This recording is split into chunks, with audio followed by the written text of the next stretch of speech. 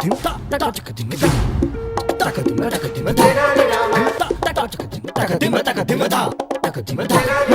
अब ठीक लागता। चली एक और बुद्धिमान बढ़ गई रुआ दरबार में। हाँ, ये तो सचमुच प्रसन्नता के विषय बा, परंतु शत्रुंजय के विषय में ई कहल थोड़ा जल्दी हुई। अभी कुछ दिनों के और ही जांचे के चाहिए, तब कोनो मत बनावे के चाहिए। फिर अबे से काहे सोचे के बा? हम ओकरा विषय में नहीं सोचत। हमार ध्यान बीजापुर पर केंद्रित बा। का फिर से? हाँ, गुप्तचर लोग के सूचना बा कि बीजापुर के सुल्तान फिर से विजयनगर पर आक्रमण करे के योजना बनावता। का राउर सेना ई युद्ध खातिर सज नहीं खे? सेना तो तैयार बा, परंतु हमके किसान लोग के चिंता बा। फसल तैयार खड़ा बिया, युद्ध से फसल के बहुत बर्बादी हुई। हाँ, ए तरफ तो हम सोचबे ना कईनी। फिर तो कोनो युक्ति से युद्ध के टाले के चाहिए। हाँ, काहे कि अनाज ही युद्ध के लंबा समय तक खिंच गईला पर प्रजा और सेना के सामर्थ्य देला। हाँ, और राजकोष में भी वृद्धि करेला। हाँ। फिर अगर युद्ध के टालल कठिन भइल तो लड़ल जाई, अनाज के आसपास के मित्र लोग से व्यवस्था कइल जाई कौनो भी दाम पर। हम कुछ आड़ती लोग के इशारा कर देले बानी। यह उचित बा। शत्रु के कभी भी अपना भूमि पर अधिकार ना करे देवे के चाहिए। अपना भूमि शत्रु के अधिकार में अवतही ओहिजे उनकर जड़ बने लागे ले। जी महाराज, जौना भूमि पर युद्ध लड़ल जाला वहाँ बहुत तबाही भी होला। यही से युद्ध हमेशा शत्रु के भूमि पे ही लड़ल जाए चाहिए। आज तो गुरुजी से का सिखला? आज हम लोग के भाषा के बारे में बताइल गईल। फिर तो तू हमरा पहेली के जवाब आसानी से दे देबा। एक और पहेली वो तो हम आसानी से बूझ ले। पूछी। ऐसन कौन भाषा होला जोन खाए के भी काम आवेला? ऐसन कौन भाषा बा जोन खाए के काम आवेला? खाए के काम, ये तो बहुत अटपटा सवाल पूछ ले लू माई। रउए बता दें। चीनी भाषा। नाई माई, हम लोग के ई नाई सिखाइल गईल। आई रक्षा मंत्री जी, आई। का बात बा राजगुरु जी, आज तरुआ चहक रहल हई। हाँ, आज पहला बार जीवन में बकलोलवा के स्वर्ण मुद्रा के थाल नाई मिलल। एकर बहुत संतोष बा हमके। हाँ। इतना वर्ष में पहली बेरी आपके चैन का नींद आई। हाँ, और कब से तरसत रहनी हम एकरा खातिर। राजगुरु जी, ये मुकाबला तो अब रोज होई। हाँ महाराज, कहले तो ये रहलन।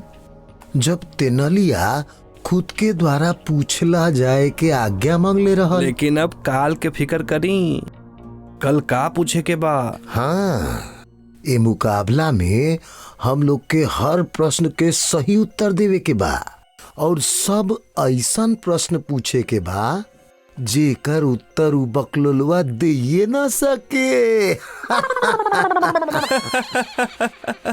हम सोचतानी कि हमनी के ढेर सोचे की आवश्यकता नहीं के। उ शत्रुंजय में इतना योग्यता बा कि वो कठिन प्रश्न पूछ सके या कठिन प्रश्न के उत्तर दे सके। हाँ, लागेला तो। इत राजगुरु जी, ओ दुष्ट के गला में रउआ भी घंटी बांध ही देनी। अब आहिल ऊंट पहाड़ के नीचे। अब तो हो जाइयो कर। ओए भाई ओए, ओए भाई ओए, ओए भाई ओए, ओए भाई ओए, ओए भाई ओए, ओए भाई ओए, ओए भाई ओए, ओए भाई।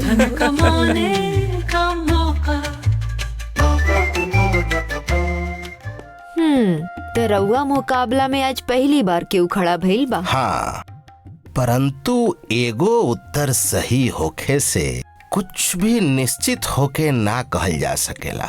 हाँ, ये तो ठीक कहनी आप। लेकिन कब तक चली? जब तक लगातार कम से कम 7 बार एक ही व्यक्ति पराजित नहीं खे हो जात 7 बार तो रउआ हार ना सकेनी। त सबकर मनोरंजन होते रही। ई पक्का बा। हाँ ये होई, देखे। हम संदेश भेज दिले रहनी, दरबार जात समय एहर से होके जइहा। हाँ सुन तो ली का पूछे जातरन शत्रुंजय महाशय। हाँ हो सकेला हम लोग कुछ संशोधन कर सकी उनकरा प्रश्न में। बिल्कुल। ऊ देखा आ गई ना। राउर सबन के प्रणाम। प्रणाम प्रणाम। प्रणाम। हम लोग रउआ के यहाँ ए वजह से बुलवाई नहीं है कि राउर प्रश्न जान के कदाचित कुछ योगदान हम लोग कर सकी। क्षमा करी राजगुरु, अर्थात हम अभी पूर्ण रूप से निर्णय नहीं कैले कि कौन प्रश्न पूछे, लेकिन हाँ 2-3 गो प्रश्न दिमाग में घूमत अटे। त कब करब निर्णय? मार्ग में, राजमार्ग में चलते चलते। अब आज्ञा नहीं राजगुरु। तब एहू के पर निकले लागल। एक प्रश्न की ठीक उत्तर का दे देले, दिमागे 7वां आसमान पर चढ़ गईल है। ऐसा नहीं बा कोषाध्यक्ष जी, हो सकेला वो कुछ मनन करत होखे, ओकर मन स्थिति बता समझे के चाहिए। तो ओके बतावे के चाही, कुछ विस्तार से समझावे के चाही, या अब हम लोग से ऐसनो बात गुप्त रखे के शुरुआत करता हूँ। आवश्यक ना कि वो बतावल नहीं के चाहत होखे, वो खुद भी त मानसिक तनाव में हो सकेला। हमनी के इहो समझे के चाही। अब छोड़ी ये सब के और चली, समय पर दरबार भी जाए के बाद। चला चला चला।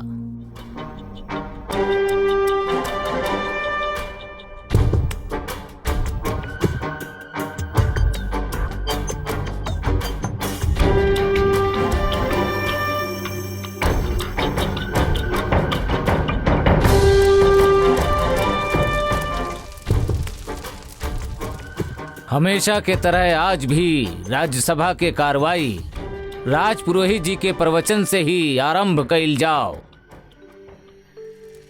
महाराज के आज्ञा से हमार वचन आज बताई हैं कि का कहल जाओ का ना कहल जाओ। कहे से कि ठीक और गलत का चुनाव ही हमने के संस्कार बा। ऐसन वाणी बोलल जाओ जौन मधुर होखे, दुखदाई नहीं। ऐसन खाना खाई जवन सेहत बनावे, मरीज ना।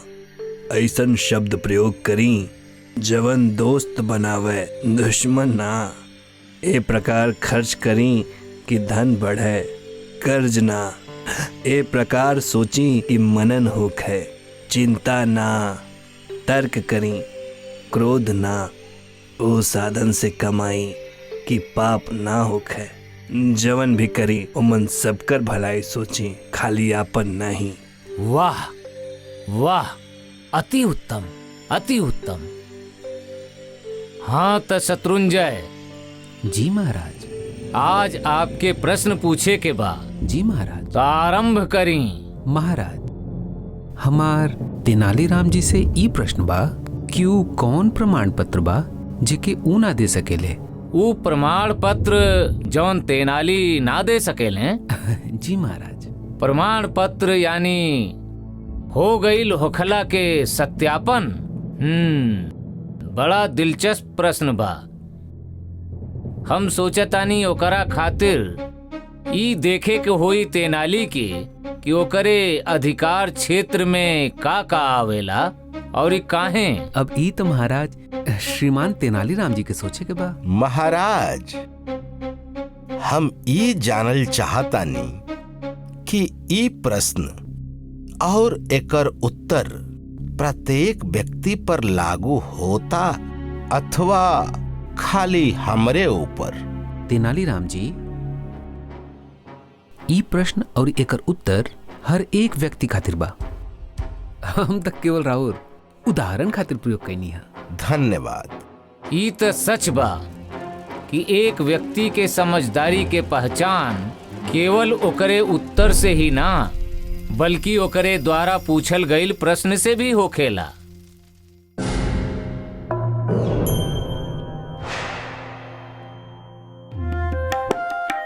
खाना लगा दी? अबे ना, जब खाए के होई खुदे कह दे। पहले तो सोचे के पड़ी कि हम का प्रमाण पत्र दे सकीना, फिर सोचे के पड़ी कि हम का प्रमाण पत्र ना दे सकीना। हम राज दरबारी हैं, हम भी वो प्रमाण पत्र ना दे सकीना। वैसे ही प्रत्येक व्यक्ति, प्रत्येक नगरवासी भी ना दे सकेला।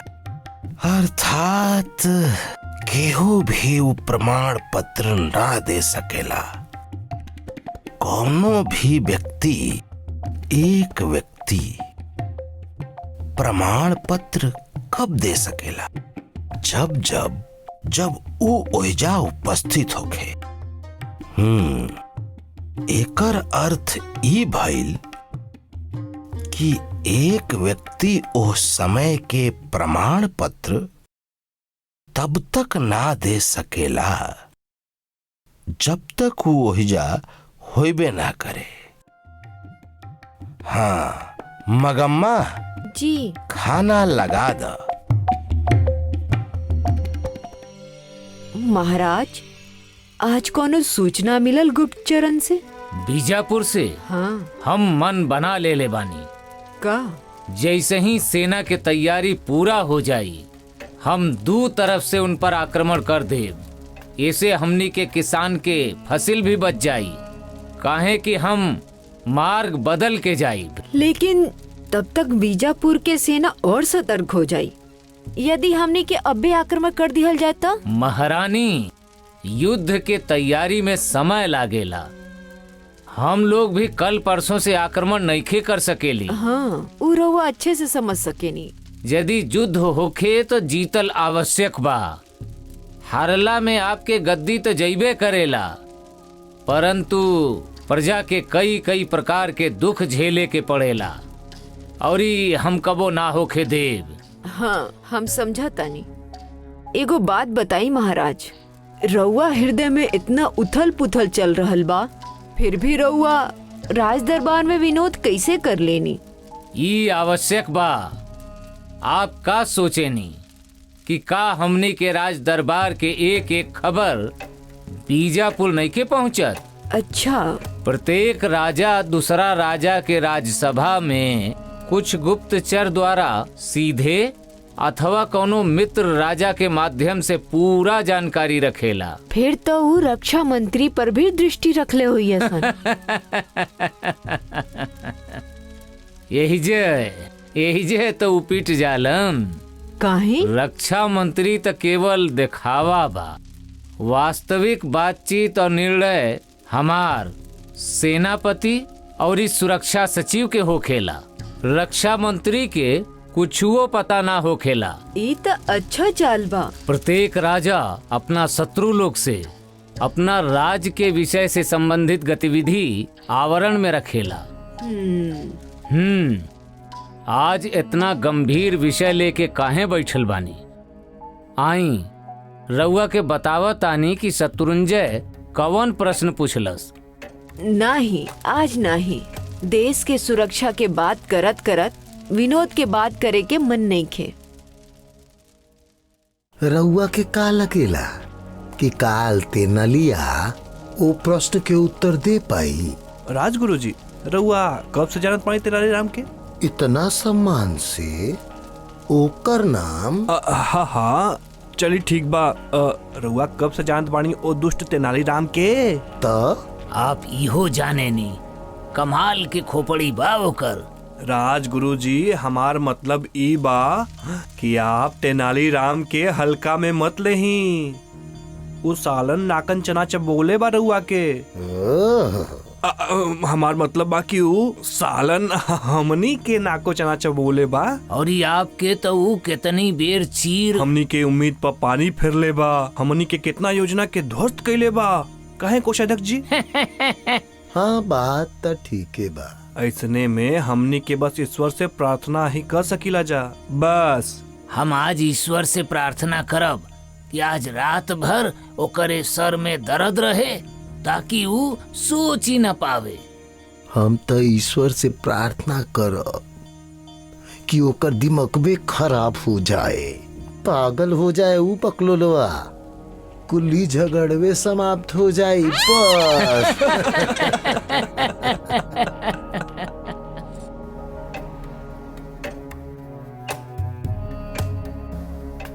का बात बा महाराज, आज रहुआ कुछ व्यग्र बानी? बेचैन त ना, हाँ उत्सुक जरूर बानी। उत्सुक? ऊ काहे महाराज? बानी बस। का रहुआ के डर बाटे कि तेनालीराम के पराजय होई ए प्रतियोगिता में? ना। फिर काहे रहुआ? हम बतौनी है ना, हम उत्सुक बानी। हम उत्सुक यह लिए बानी कि हमके आशा हो चलल बा कि शत्रुंजय भी एगो बुद्धिमान व्यक्ति बा। त एमे व्यग्रता या उत्सुकता काहे? तुहू महारानी साधारण औरत लेखा सोचे लगलू, तुहके महारानी के तरह सोचे के चाही। ई का बात भइल? देखा, एगो साधारण व्यक्ति ऐसन परिस्थिति में से मनोरंजन खोजेला, एक के जितावे चाहेला और दूसरा के हरवावल चाहेला, अर्थात पक्षधर हो जालन। दूगो गुट अस बन जाला, एक गुट केहू के अधिक त केहू के कम बुद्धिमान मानेला। ओ, त एगो राजा का चाहेला? एक राजा चाहेला कि दोनों व्यक्ति एक दूसरा से बढ़ चढ़ के बुद्धिमान होखें।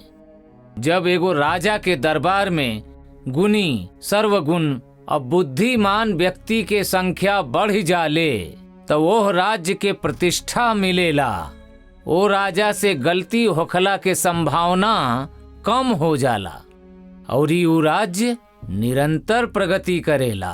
बिल्कुल ठीक कहनी रहुआ। हम रहुआ इस सोच से 100% सहमत बानी। हमरे समझ में ही नहीं आवता कि ई शत्रुंजय हम लोगन की मंडली में काहे ना बैठता। राजगुरु जी, ये ओकर आदत बा और ओकर अपन इच्छा बा। एमा हमनी की कुछ जोर जबरदस्ती तो ना कर सकीले ना। हाँ हाँ हो सकेला, हमनी के बात ओकरा रुचि के अनुरूप मत होखे। का ऊ खुद के राज दरबार के उच्च अधिकारियन से भी ऊंचा समझेला? बात ऊंचा नीचा के नहीं खे। देखी, प्रत्येक व्यक्ति के जीवन के प्रति या सांसारिक चीज या महत्वाकांक्षा के ओर आपन आपन दृष्टिकोण होखेला। ओकर दृष्टिकोण हमनी से अलग बा। वैसे भी बुद्धिमान का दृष्टिकोण तो भिन्न ही होला। नहीं, अब चल के वो दुष्ट तेनाली का दृष्टिकोण देखल जाओ। हाँ, देखत है ऊ बकलोलवा के दृष्टिकोण। बकलोलवा तेनाली।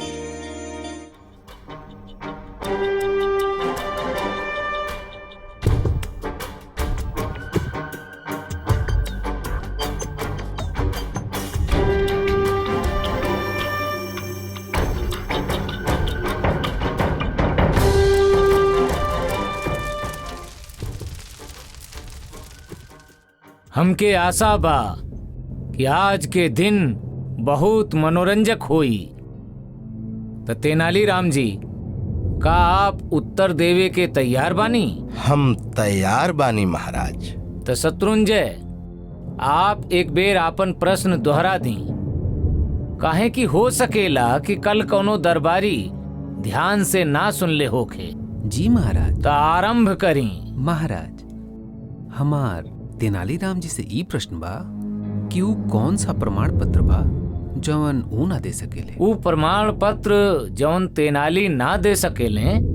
जी महाराज। प्रमाण पत्र यानी हो चुकल होखला के सत्यापन।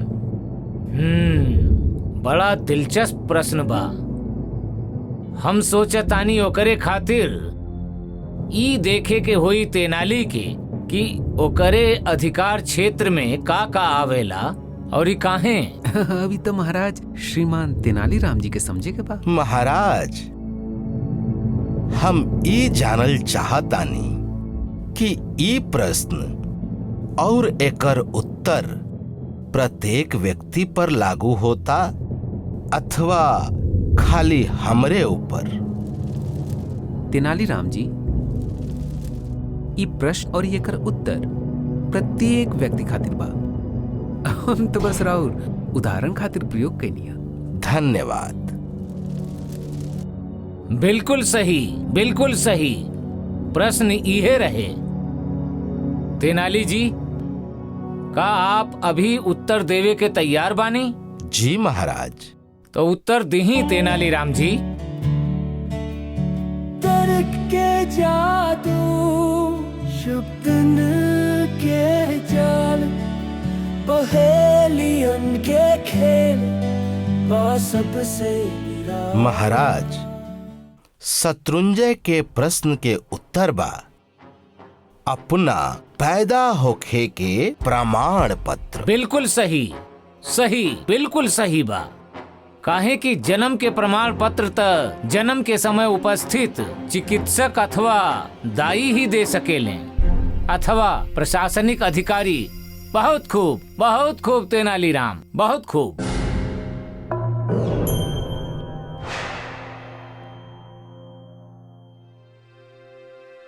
का ये उत्तर सही नहीं खे? ना महाराज। तो सही उत्तर का बा? अपने मृत्यु के प्रमाण पत्र। हाँ हाँ, इहो सही बा, एकदम सही बा, बल्कि दोनों सही बा। शत्रुंजय के उत्तर एकदम सटीक बा। परंतु हम कहब कि आज के मुकाबिला बराबरी के रहल। आप दोनों लोग शत्रुंजय और तेनालीराम के बहुत बहुत बधाई। कोषाध्यक्ष जी। जी महाराज। आज के इनाम दोनों लोग के मिले के चाहिए। जी महाराज। चलो, अब लागता कि तेनलिया पे हम लोगन के पकड़ मजबूत होत जात बा। देखल जाए। का देखल जाए? नजर तो आवता बकलोलवा तेनाली।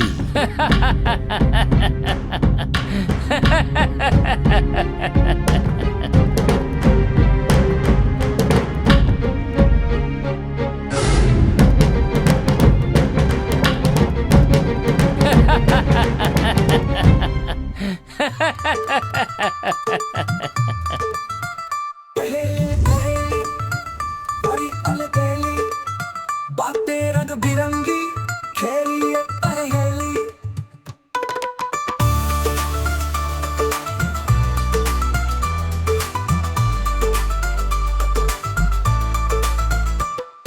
पहेली में पहली बड़ी अलबेली, बातें रंग बिरंगी, खेली